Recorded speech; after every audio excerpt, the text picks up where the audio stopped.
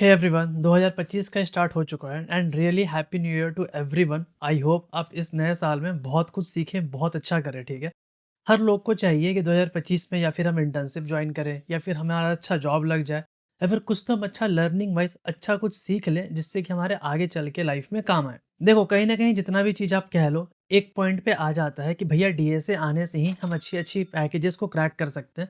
Because जितने भी आप हैंग जैसी कंपनीज उठा लो या नॉर्मल जितने भी प्रोडक्ट बेस्ड कंपनीज है, अगर आप वहाँ पे बात करें तो आपको डीएसए पूछा जाता है। ठीक है, लेकिन डीएसए हम ज़्यादातर प्रैक्टिस नहीं कर पाते हैं क्योंकि जब हम कॉलेज में रहते हैं तो हमें या फिर उतना आइडिया नहीं लग पाता कैसे स्टार्ट करें, या फिर हमारे पास उतना इंटरेस्ट नहीं रहता है, या फिर एक प्रॉपर रोड मैप नहीं रहता है कि कैसे प्रिपेयर करें कि हमारा डीएसए राउंड क्लियर हो जाए। और अब जिस हिसाब से आप देखोगे ना, तो 2025 में नए नए तरीके से हायरिंग प्रोसेस हो रहा है। एक अलग ही कॉम्बिनेशन पूछा जा रहा है डीएसए का, जहाँ पे आपको देखा जा रहा है कि रूट लेवल पे आप किसी प्रॉब्लम को कैसे डीएसए अप्रोच से सॉल्व कर पाते हो। ठीक है, कैसे आप किसी प्रॉब्लम में डेटा स्ट्रक्चर पिक करते हो, चूज करते हो एंड फिर उसको अप्लाई करते हो, फिर उसमें टाइम कॉम्प्लेक्सिटी कैसे मैनेज करते हो, सब चीज़ें पूछी जाती है एंड ये बहुत इंपॉर्टेंट है। तो आज की वीडियो में हम लोग इसी टॉपिक्स पर बात करेंगे। मेरा नाम है प्रिंस, मैं currently as a SD2 service में वर्क कर रहा हूँ। तो चलिए स्टार्ट करते हैं बिना टाइम वेस्ट किए यार।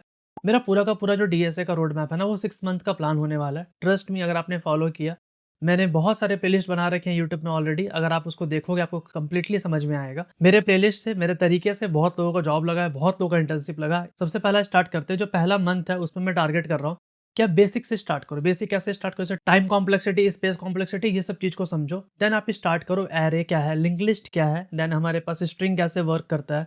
फिर आप कुछ कुछ प्रैक्टिस प्रॉब्लम, जो स्टैंडर्ड प्रैक्टिस प्रॉब्लम है, आप उसको सॉल्व करो। जैसे कार्डानेस एल्गोरिथम क्या होता है, मैक्सिमम सब एरे सम क्या होता है, रिवर्स कैसे करते हैं किसी एरे को।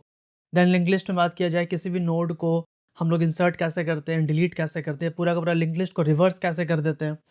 ट्रस्ट मी, अगर आप वीडियो के एंड तक बने रहते हो, मैं डेफिनेटली एक बहुत ही अच्छा रिसोर्स शेयर करने वाला आप लोगों के साथ।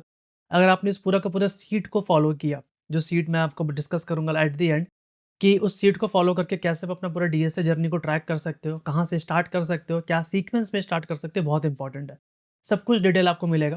प्लीज़ वीडियो के एंड तक बने रहना। देखो, मेरा एक्सपेक्टेशन जनरली लेस रहता है, बट इस वीडियो में कोशिश कर रहा हूँ कि आप 500 लाइक 200 कमेंट का टारगेट रखते हैं यार। अगर ये कंप्लीट पूरा हो जाता है, डेफिनेटली इससे भी अच्छा वीडियो लाऊंगा आपके लिए। अगर हम सेकंड मंथ की बात करें तो यहाँ पे भी स्टार्ट कर सकते हो स्टैक एंड क्यू सीखना। ठीक है, अगर आपने ये मास्टर कर लिया ना और हैशिंग साथ में साथ सीख लिया, 1-2 सप्ताह पूरा का पूरा सेकंड महीना में इसको प्रैक्टिस करो। देन कोशिश करो लीड कोड में 20 से 30 सवाल इसी कॉन्सेप्ट पे लगाने का, ताकि आपका जो पूरा टॉपिक है वो स्ट्रेंथ हो जाएगा। ठीक है, अब कमांड में आ जाओ कैसे करते हैं।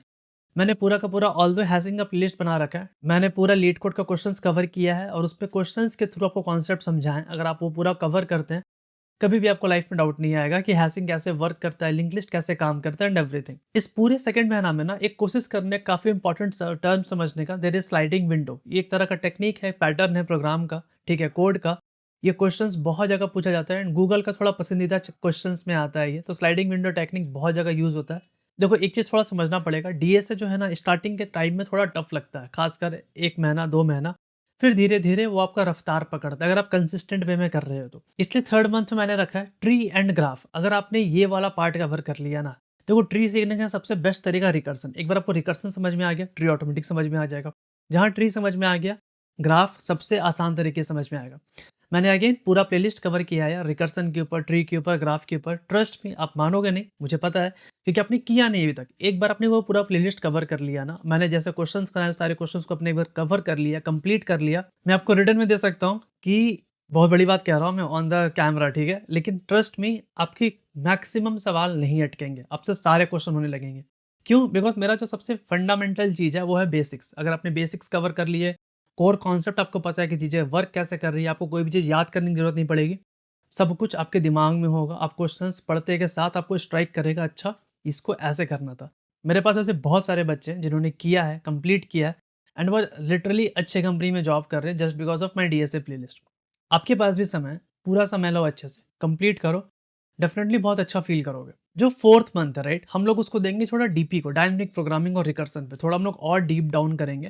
देखो, डायनेमिक प्रोग्रामिंग एक ऐसा टर्म आ जाता है ना, एक ऐसा कॉन्सेप्ट आ जाता है जिसमें लोग डरते हैं, लेकिन ट्रस्ट में ये बस रिकर्सन है। एक बार रिकर्सन आपने हैंड्स ऑन प्रैक्टिस कर लिया, आपसे डीपी के क्वेश्चंस भी होने लगेंगे। बस थोड़े मोड़े पैटर्न्स का गेम है।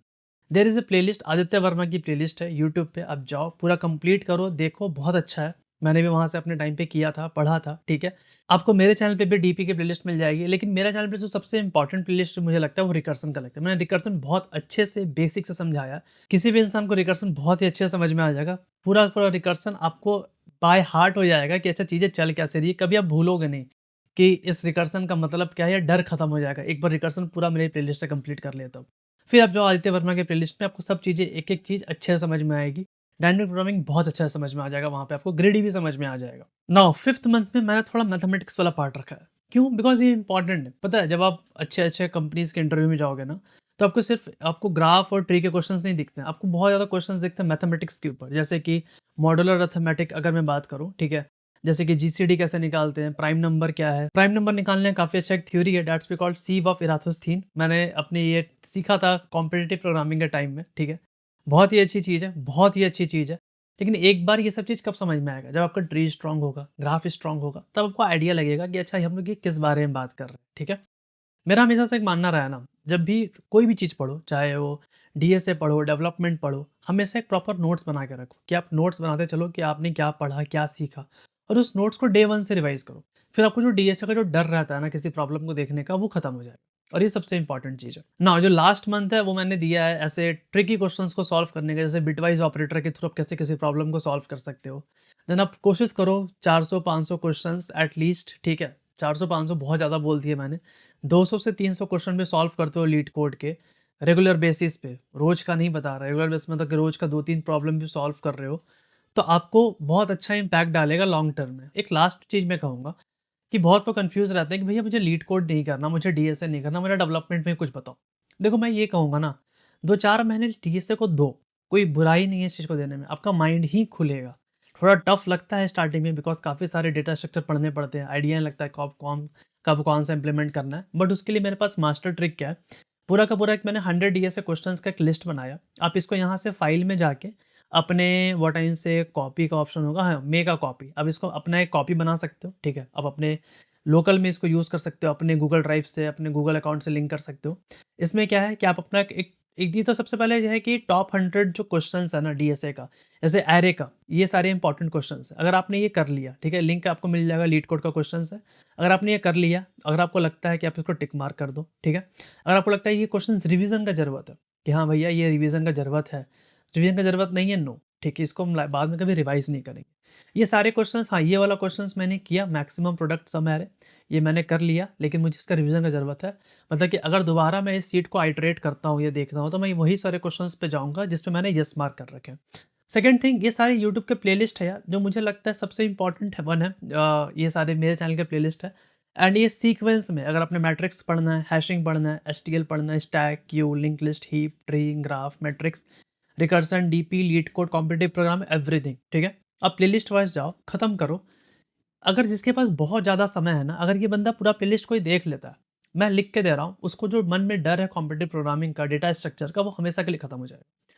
उसको समझ में आने लगेगा चीज़ें चल कैसे रही है। ऐसे बहुत से स्टूडेंट्स हैं टायर 3 के, टायर 2 के, जिनको आइडिया नहीं लग पाता यार कि हमें करना कैसे है।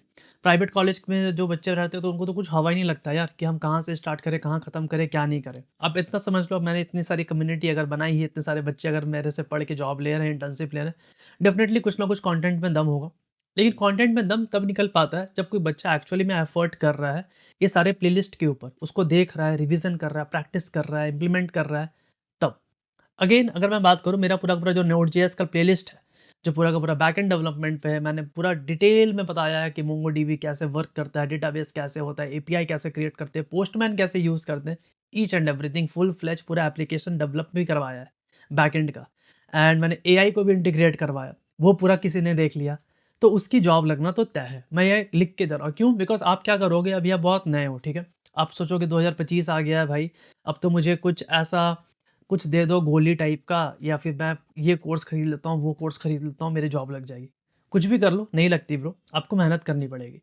मेहनत करने के लिए भी क्या है, कुछ ना कुछ रिसोर्सेज़ तो चाहिए, आई एग्री, लेकिन मार्केट में जितने रिसोर्सेज़ मुझे अवेलेबल दिखते हैं, वो बड़े कॉम्प्लेक्स टाइप के मुझे लगते हैं। मुझे लगता है कि यार टू द पॉइंट बताओ जिससे जॉब लगता है, टू द पॉइंट बताओ जिससे मुझे काम करना है, वो आपको मिलेगा मेरे नोट.जेएस के प्लेलिस्ट में। प्लीज़ जाइए, समय दीजिए, थोड़ा एफर्ट कीजिए। मेरे कोई भी प्लेलिस्ट को स्टार्ट करने के लिए आपको कुछ भी प्री रिक्विज़िट नहीं होना चाहिए। आप आपको अगर कुछ भी नहीं आता है, फिर भी आप स्टार्ट करते हो, आप डेफ़िनेटली उसको बहुत अच्छे एंड पे ख़त्म करोगे, विथ आप खुद से प्रोजेक्ट बनाने के बावजूद भी, ठीक है? तो अभी तक के लिए इतना ही यार। आई होप नया साल आपके लिए कुछ नया खुशियाँ लाए, नया अचीवमेंट्स लाए और सब कुछ अच्छा होगा यार। आप बने रहो मेरे साथ। इस वीडियो पे प्लीज़ 500 लाइक, 200 कमेंट का टारगेट पूरा कर दो। मेरे मोटिवेशन के लिए, नए साल के नाम पे and I hope happy new year to everyone यार। तो अभी तक के लिए इतना, मिलते हैं नेक्स्ट वीडियो में, तब तक के लिए बाय, सायोनारा।